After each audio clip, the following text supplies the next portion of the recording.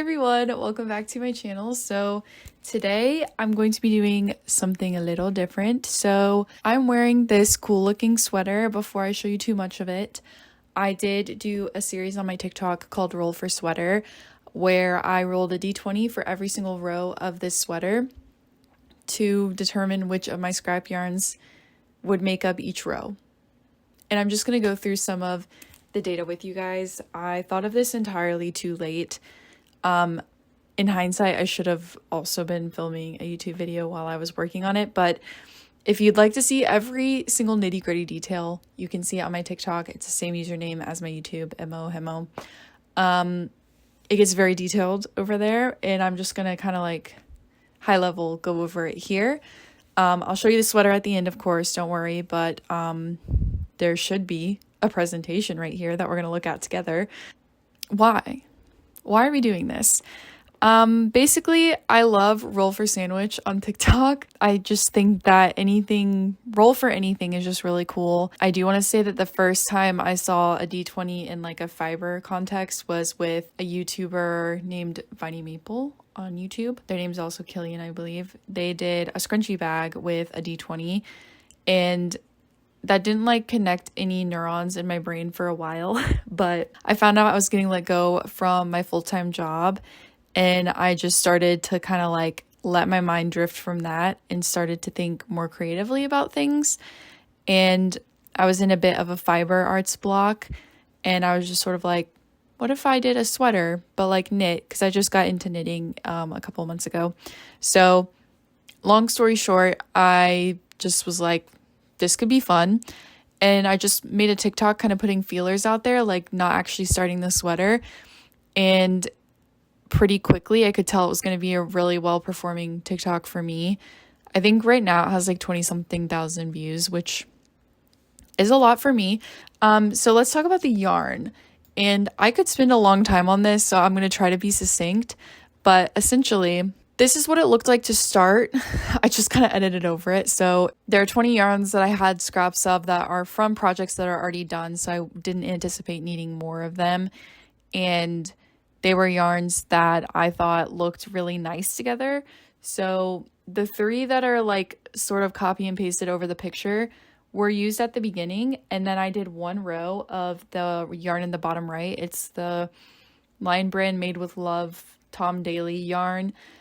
That yarn is mad expensive, first of all, but I used it to make the tapestry you see over here on screen. It's of my dog, who is currently in my lap begging for attention. She's a wiener dog, so I thought it'd be fun to like do a little wavy drawing of her. But anyways, I did one row of that yarn and I hated how it looked with everything else. So I ended up swapping it out for this blue cotton yarn, which I was gifted by a relative. They handed down a bunch of yarn to me, and I made a top with it and a scallion tapestry with it, and I still had more, so I threw it in the mix. But then I did a couple rows with the blue, and I decided that I also hated that, so then I replaced it with a different cotton yarn.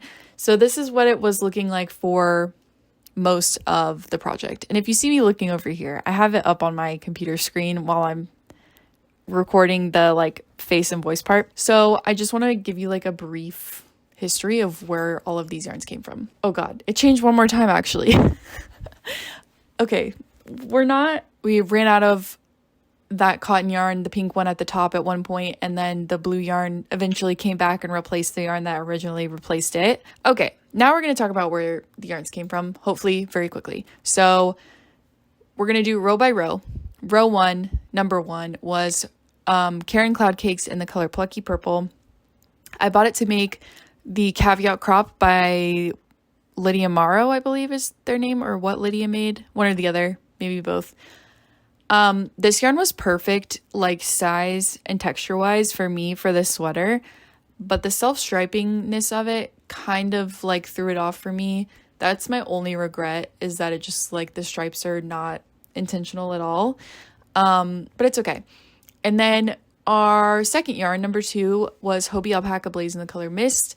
I bought this to make the rainbow cardigan that you see to the left of the picture, somewhere here. And a lot of the yarns in this series, video, whatever you want to call it, is attributed to this sweater because I bought a lot of yarn for it and had a lot left over. So basically, like, all of the mohairs and all of the cottons, or not all of the cottons, but most of them are from that project. So including the second one. The third yarn in the middle of the top row is from this Christmas blanket I made that you can see in the top right. That is the Sirdar gingerbread crochet along blanket. It was like popping on TikTok over Christmas last year. So I just bought my own yarn and made it with their free pattern versus buying their kit. And that yarn's left over from that. The number 4 yarn is Hedgehog Fibers Tweety in the color Bliss. I bought that to make my first Olga sweater, which is the sweater right here in the bottom right. Because I didn't mention, we're making an Olga sweater. This is an Olga sweater, roll for sweater. So brought back the yarn I had left over from my first Olga sweater. And that's not all of row 1. The number 5 I used to make a bikini top. I think the pattern's by Earth by Morg. I have yet to wear it, and I don't think I ever will, so I don't have a picture of it. But it's the Hobie cotton. I think it's Friends cotton, and it's the smallest weight that they have of it. Row 2, we have, well, the far left one is, I've like literally never heard of the brand. I thrifted it. It's this like fuzzy pink and orange yarn. It's a lot of fun. The next one, our number 7, is Moss Fibers. It's their DK yarn. That was also used to make my Olga sweater. This is like one of my favorite yarns in the bunch as well. It's a superwash merino, so it's very squishy. And the color is this like popping chartreuse color. I love it so much. Our number 8 yarn is another mohair from the rainbow sweater. By the way, that pattern is the Bonita cardigan by Caroline Z. I'll say her name looks potentially German and I don't know how to pronounce it, but it's the same girl that made the Relaxagon top and a couple of other popular ones. But so yeah, that seafoam, I think it's the color of the mohair is seafoam, but it's behind the cotton in the picture, but it's like the same color, but it's just mohair. Next, number 9 is Tina Tape yarn by Wool and the Gang, and the color is Lovely Lilac. That was another yarn that was handed down to me by my relative, and I never used it for anything, but I just had one donut of it. And I thought the colors matched, so I just threw it in. And then our far right on the second row is Hobby Lobby. I love this cotton. I don't remember the color name, but it was used for the background of my Mooding tapestry that I designed. The pattern's on my Etsy, and I'm also selling that exact tapestry because I don't have a space big enough for it. So if you want it, go grab it. Our next row, row 3, we have our number 11 yarn is more Karen Cloud Cakes. This is the color Royal Treatment. And I didn't say it before, but just let it be known that both of the Karen Cloud Cakes, so number 1, number 11, these are the yarns that haunt my stash. I've had them for so long. I feel like I use them in every single scrap project, and they're still here. Spoiler alert, even after the sweater, I still have more left of both of them. But it's okay, I'm on to the next scrap project, which I'll talk about at the end, but those yarns haunt me, and they still are haunting me. But I made the caveat crop for my husband, except it's not a crop. I made it long, and then I made the sleeves more slim instead of like the balloon sleeve, so that it's like more of a man fit. And my husband does wear the sweater quite a bit, even though it's kind of like loud. He still likes it. The next yarn, the pink mohair, is again from the rainbow sweater. The cotton I'm holding in the picture is the number 13 yarn, also from the rainbow sweater. My number 14 yarn is Lang Harmony Alpaca.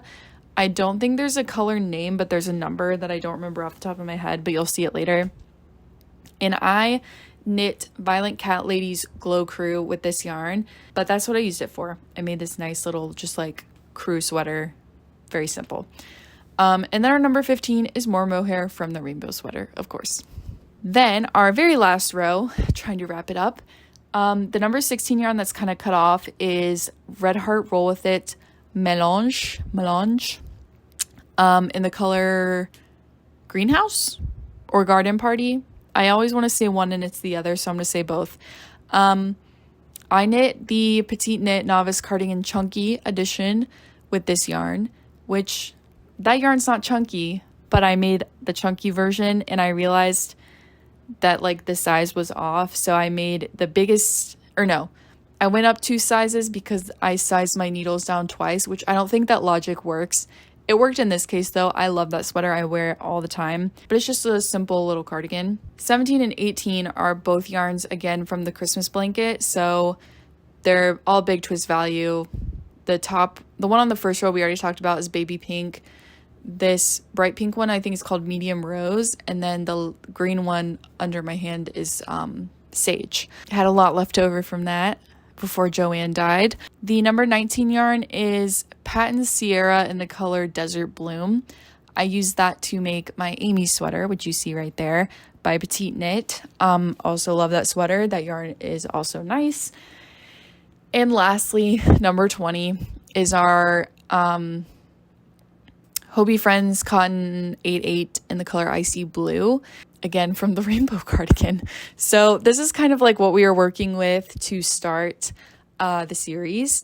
And before we get into any knitting information, let's just talk about the rules. So like I said, it's the Olga sweater by Petite Knit. I already had the pattern. A lot of my yarns were DK or like just over DK. I was not really worried about the mixture of textures at all, or like that the weights weren't perfect. This did upset a lot of people, which I can't say I understand, because frankly for me, fiber is just something where like I just kind of like make it up as I go. I don't really like follow the rules strictly. Like even you saw for my Olga sweater, I used 2 different brands of yarn, and one of them was like slightly lighter than the other in terms of weight. So none of that stuff ever crossed my mind. I was just like, it'll work itself out, and it did. So hopefully, if nothing else, I can encourage you to try the same with your yarn stash. It really doesn't have to be perfect all the time. Each row of the sweater is 1 roll. So I explain it in like the introduction of the series on TikTok if you want to go back and watch that. But I have a lot of sweaters on my Pinterest that are like, you know, just one row, stripes of color, you know, very scrappy looking. And I just like how it looks. That's what I decided to do. If you're curious about the amount of ends we had to weave in, we'll get there. We didn't do any back-to-back rolls. So if I rolled the same number twice back-to-back, I just re-rolled. Still tracked the roll for the data. But the only time I didn't roll was for the ribbing, collar, and base, which we'll get to later. You know, at the time of starting the series, I had no idea what I was going to do for ribbing, but didn't roll for those. And then I didn't roll for our shoulder cast-ons on the front.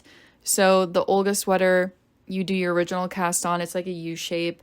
And then when you come back to do the front yoke, you use the same color stripe that you cast it on with in the beginning. And just to keep it seamless, I did the same thing.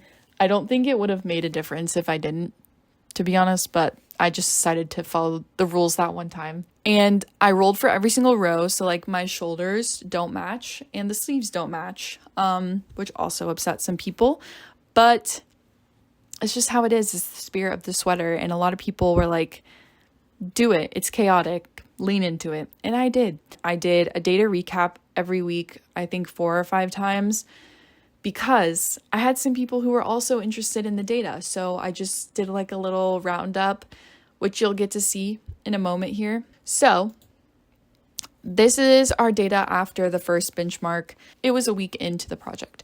So our most rolled numbers were 1 and 4. They were tied for first with 7 rolls. And then our second place roll was number 2. And I know what you're thinking. Whoa, those are some low numbers. Do you use this dice for D&D? No, I do not. I had a set of dice that I did have for D&D that I lost. I bought just a d20 for this for 50 cents from my local game store. It gets worse. I'm thinking that it's maybe not weighted very well, or that I'm cursed. We'll figure it out. Most rolled yarn corresponds here with the most rolled numbers. So we have Karen Cloud Cakes Plucky Purple, and Hedgehog Fiber Sweetie Bliss, and Hobie Alpaca Blaze, which are the 3 yarns at the bottom.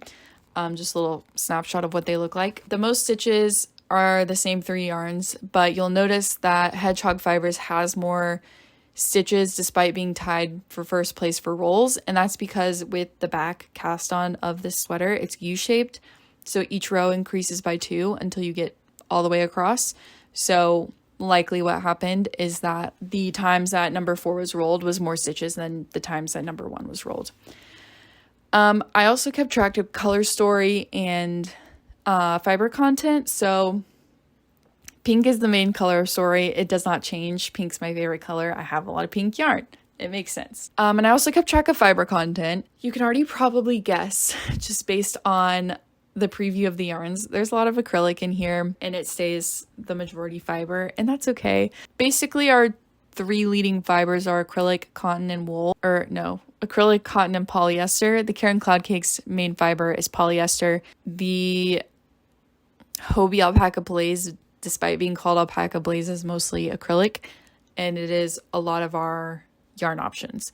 And if you're curious, the fiber content is only for the yarn's majority fiber content. It does not include, like 20% whatever else. It's just the main fiber content. So that's benchmark 1 on our back yoke, maybe a little bit of the front yoke. Next, we're still working on the yoke a week later, but our first place roll is number 1 and our second place ties for 4 and 14. Hobie Alpaca Blaze and the color Mist just fell off the chart at this point. These 3 yarns dominated the charts the entire time. So 1, 4, and 14. So our first place rolled wise is Karen Cloud Cakes, but our first place stitches wise is Hedgehog Fibers. This is why I was keeping track of both, because like I said, the stitch counts for certain rows are different, and the shoulder here is very different from working in the round on the body. So keeping track of those things is important. And again, pink's still the main color. Acrylic, cotton, and polyester are still, the big dogs. So now number 3, at this point, we've joined in the round and are working on just body length. And our first place tied rolls are 1 and 14. So 4 fell back a little bit. 14's kind of stepping up. Our Karen Cloud Cakes did get more rolls though, which if you're confused, that's because 1 likely had to be re-rolled and 14 did not. So that's why it's different there. Karen Cloud Cakes is back and first stitch wise. Hedgehog Fibers falling back a little bit. Pink's still the main color, acrylic is still the main fiber. It's kind of solidifying itself at this point, but these are 2 yarns that had died at this point. Cannons heard in the distance like the Hunger Games. Our friend's Cotton 8/8 in the color Icy Blue, which was our number 20 yarn, got used up fully, replaced by that cobalt blue cotton yarn that I made my scallion tapestry out of. And then we ran out of our number 10 yarn, which is this. I love this cotton. I think the color might be rose quartz or something like that, which was used on my Moodang tapestry. It ran out and was replaced by a slightly darker shade of the same exact yarn that was also used on my Moodang tapestry. So RIP to these 2 yarns. And now also at this point, I had figured out what to do about ribbing, and I did consult the public quite a bit with this. So if you followed the series on TikTok and you helped me collaborate on this, I appreciate you. It was a very divisive topic, which I did not think was going to happen. If you're familiar with the Olga sweater, the collar is a solid color, and then the sleeve cuffs and the body ribbing have stripes carried throughout them. That was going to be my plan all along, was to have a solid collar and have stripes carry through the ribbing everywhere else. But I thought it'd be kind of weird because it's 1 stripe. So I kind of posed the question. So you can see on the right there, my option A is only the collar is solid. Option B was to do solid ribbing, but all 1 color, which I thought was just kind of boring. And then my other option at the time was to do all different color ribbing and just have it be random, even the 2 different sleeves. People were very upset at the idea of having 2 different texture cuffs, which never crossed my mind, and in theory I don't think would bother me, but in hindsight it actually might have bothered me and I just didn't think about it. So I'm glad that we went against that. But essentially what ultimately became of it, which was not my idea, some of y'all are so smart and creative, and came up with having the collar be the most rolled yarn, the bottom, or I decided where to place these, but there were ideas of doing most and least rolled yarns for some part of the ribbing. I decided to do most rolled yarn here because it's like the top of the sweater, and then least rolled at the bottom of the body because it's at the bottom, and then the cuffs are a random roll. So this was my visual artistic rendering of what that would look like. And I'm really happy we did this. I think it would have been so frustrating to still have to be doing stripes at the end of the project. So our fourth benchmark / the last one, because I wanted to keep the most rolled yarn and least rolled yarn under wraps until we got to the very end. I don't really think there's anything crazy to say about this. Like, you can pause it if you want to read everything. The 4, 14, and 1 are just like at the top for everything, basically from episode 2 on. The only like notable thing maybe is that I feel like the cotton section and the alpaca section are getting slightly bigger, but these are some other yarns that also got Hunger Games at some point. All mohair, all replaced by other yarns that I've already showed you at some point. Like, this was a real stash buster, okay? It's good stuff. So this is the final benchmark, we'll say, before ribbing. So our first place roll was number 1. So am I cursed or is the dice bad? Comment down below. Let me know what you think. But don't say cursed, please. I'm scared. Our last place yarn ended up being the number 17, which is the Big Twist medium rose, which is down at the bottom.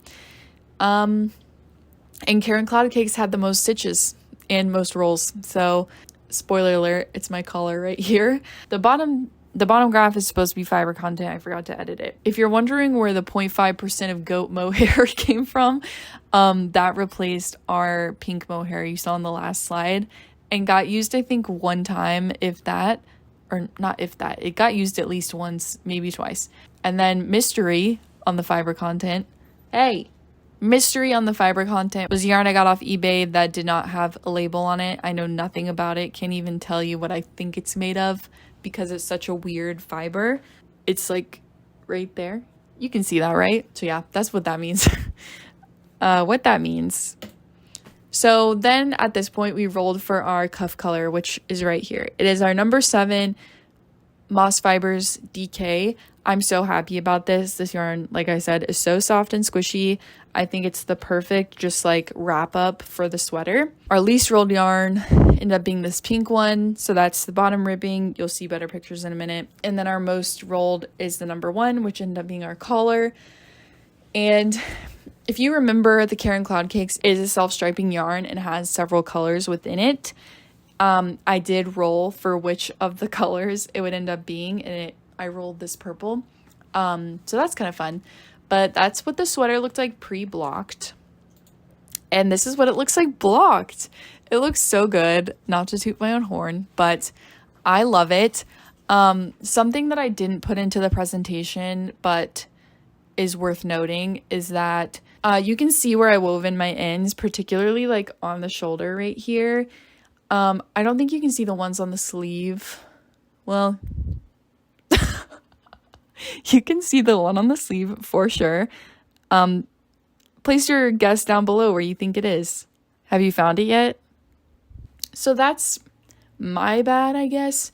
I don't think it's something that like a layman's gonna notice, but if I see any of my fiber sisters out and about, they might clock it. But basically, after every row, I just cut the yarn and wove in the ends.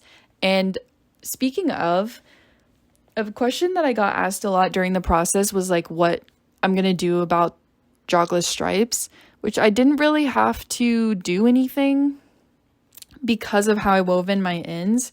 So I would take the ends from each end of the row and weave them like across each other towards the other ends of the row, if that makes sense.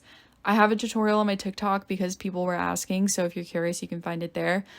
But it ended up not making any jogs in my stripes. It just made this like this little trough, if you will, of where there's like bulk in the sweater, and there's like a petite little shoulder pad moment over here.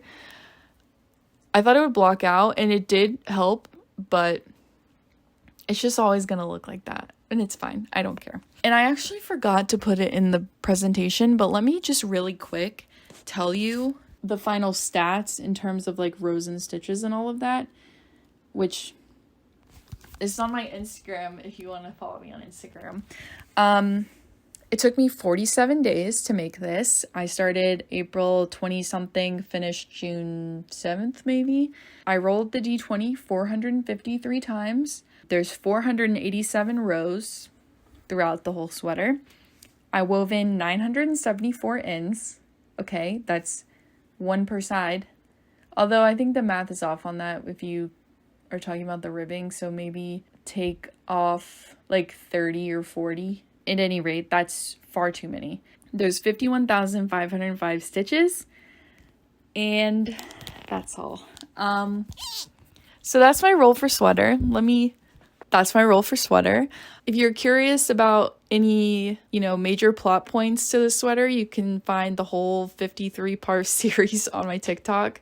I have more thorough data deep dives, even though this video was kind of thorough, but there's a lot more to it over there. You can see kind of like behind the scenes of how we decided certain things, when I switched out yarns, why I switched it out with what I did. I'm really happy with it. I think this has been a fun experiment. I hear you asking, don't worry. Did you use all your scraps? Well, no, of course I didn't use all my scraps. I used up, I think, like 4 yarns specifically, fully. Wait, no, it was more than that. It was 5. There's still more. So if you saw my last YouTube video, I released I'm saying my first crochet pattern. It's actually my second. My first crochet pattern is a hat from a video game that I play. But this is like my first real, like, not niche one. And I'm making a scrap version of it with what's left. So there's one right there. You've seen that one, right? And I have 2 others. So I'm working on the 4th now. With the same scraps that are left, except hopefully I'll use them all because crochet eats up so much yarn. So if you want to see that series, it is currently happening on TikTok. Every day I post an episode, and maybe I'll do another one of these at the end. I don't know. It's going to go a lot faster than this, that's for sure. So let me know what you think. Let me know if you have any questions about our dear roll for sweater. And if you'd like to do the same, I encourage you 100%. I know there's a couple girlies over on TikTok who have started their own as a result. Thanks for watching, and I'll see you in the next video, whenever that is. Okay, bye!